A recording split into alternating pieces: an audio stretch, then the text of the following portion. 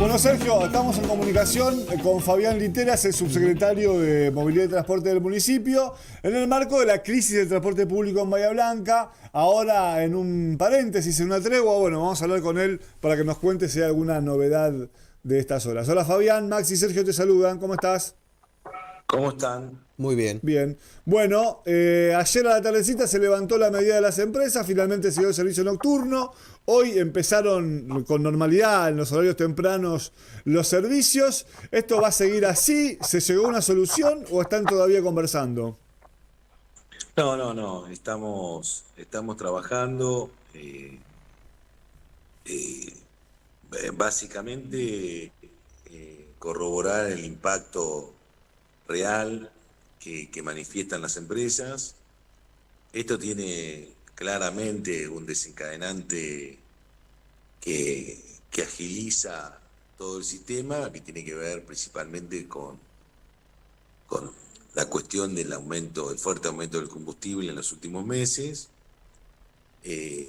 la caída de, de la carga transportada, es decir, de los pasajeros, y que bueno,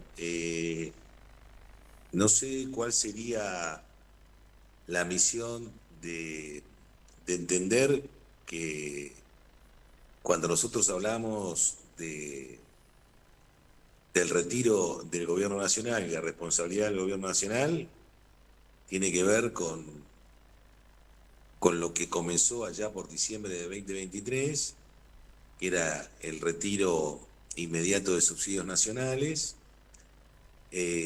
la fuerte devaluación de aquella época, la duplicación del valor del dólar oficial y después claramente la situación económica real, en donde existe una fuerte retracción económica que lleva a que esto no le resulte ajeno al transporte. Eh, y bueno, y el control sobre el valor o los valores del combustible tiene directa relación con el gobierno nacional, que a la postre lo reconoce cuando en los últimos días eh, suspende la aplicación de los aumentos por 40 días. Es decir, si el gobierno nacional hubiera intervenido antes, como lo hicieron en otros países del mundo, o eventualmente hubiese retrotraído la medida a los valores de aumentos normales o si bien eran habituales, eran un poquito más absorbibles, esta situación no se estaría viviendo hoy con la urgencia en la cual tenemos. Fabián, lo analizábamos al principio del programa con Maxi y una de las cosas que planteábamos es que en este contexto y para salir rápido de este problema que requiere resoluciones en el cortísimo plazo, ¿queda otra más que implementar un aumento del boleto? Mirá, nosotros tenemos claramente que pensar en observar los números que requieren actualización y las soluciones, en definitiva, no son mágicas. Es decir, esto tiene que ver con buscar una tarifa de equilibrio, de un equilibrio en donde los esfuerzos necesariamente deben ser compartidos, porque si nosotros sufrimos una baja en la carga total transportada, las empresas y prestadoras de servicio vuelven al punto de origen, que es exigirle al poder concedente una actualización de tarifa. Es decir, el IPK famoso, tan escuchado, incorpora ingresos y egresos, y principalmente una de las incorporaciones tiene que ver con la carga transportada. Eso es lo que estamos haciendo ahora, en eso estamos trabajando.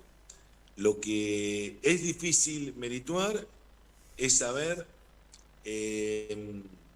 si el usuario puede soportar notorios aumentos, teniendo en cuenta que ineludiblemente, por más que queramos pensar en que el sistema tiene que ser mejorado, lo cual nosotros no lo dudamos, tiene que licitarse, lo cual nosotros tampoco lo dudamos, pero que la problemática tiene que ver más con eso que con la situación económica.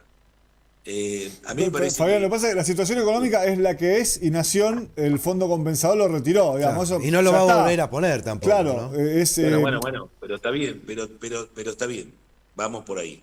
Lo que digo es, en eso estamos trabajando. Ahora, escuchar quizás que cuando hay un problema con el transporte se le echa la culpa al gobierno nacional. El gobierno nacional tiene directa relación con lo que está sucediendo porque la situación económica depende de las medidas implementadas por el gobierno nacional, la quita de subsidios depende de ello, el valor del combustible tiene que ver con ello, y en esa mirada nosotros también, por eso estaría bueno entender esto en contexto, como un contexto de todos, tranquilamente el reclamo podría direccionarse a que el gobierno nacional incorpore al interior del transporte público de pasajeros cuando ese retiro no lo realiza en el AMBA. Entonces, bueno, esa es una discusión de fondo y lo vamos a seguir sosteniendo porque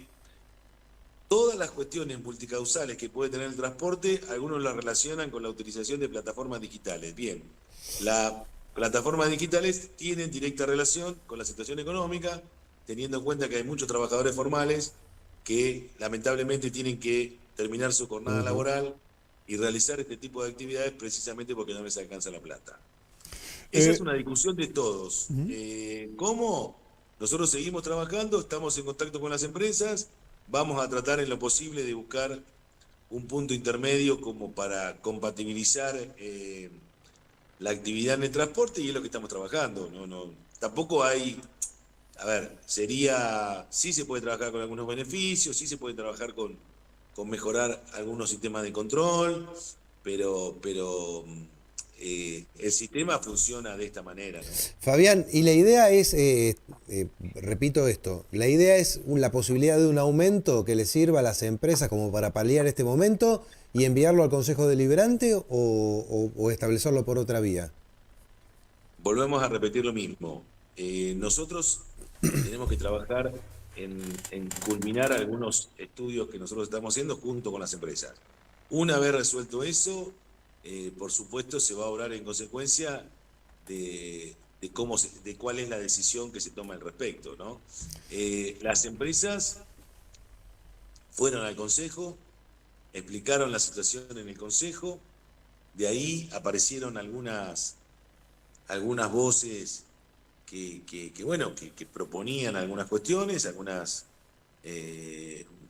en contra o no de la actividad de las empresas, otras manifestando que el sistema tiene que tender a achicarse, otros que entienden que el sistema tiene que tender a desregularse. Bueno, son todas voces que las empresas escuchan y nosotros también, pero que concretamente por el momento lo que estamos haciendo es culminando algunas tareas como para ver cuál es la resolución final y dentro de eso charlarlo también con las empresas que son una parte activa. Nosotros lo que pretendíamos y pretendemos es seguir el mismo camino que teníamos el día viernes, que bueno, por eso entendíamos que la medida nos parecía mínimamente desacertada.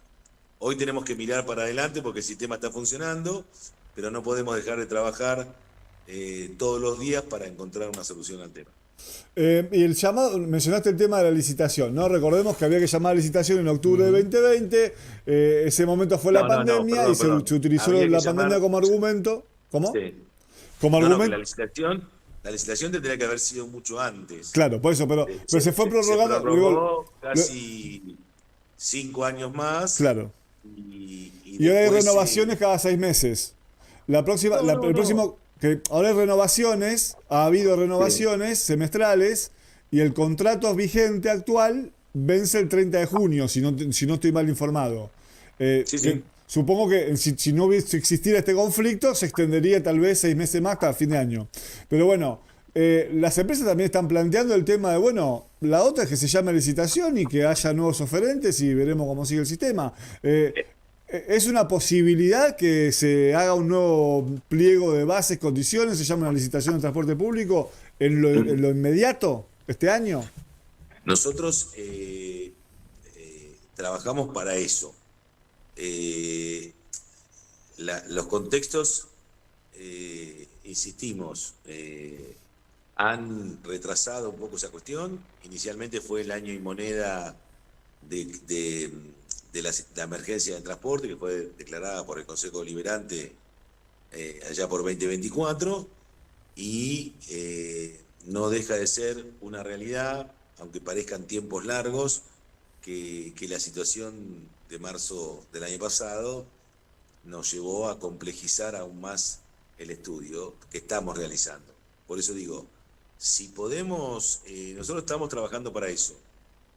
Aparte, convictivamente estamos en esa línea, porque entendemos que el transporte público, si bien tiene hoy muchos beneficios relacionados con el mapa de calor que muestra cuál es o cómo está abarcado el sistema dentro del partido Bahía Blanca, creemos que puede trabajarse como para mejorar algunas líneas que puedan incidir en mejores frecuencias y abarcar algunos lugares que hoy no están abarcados. Pero principalmente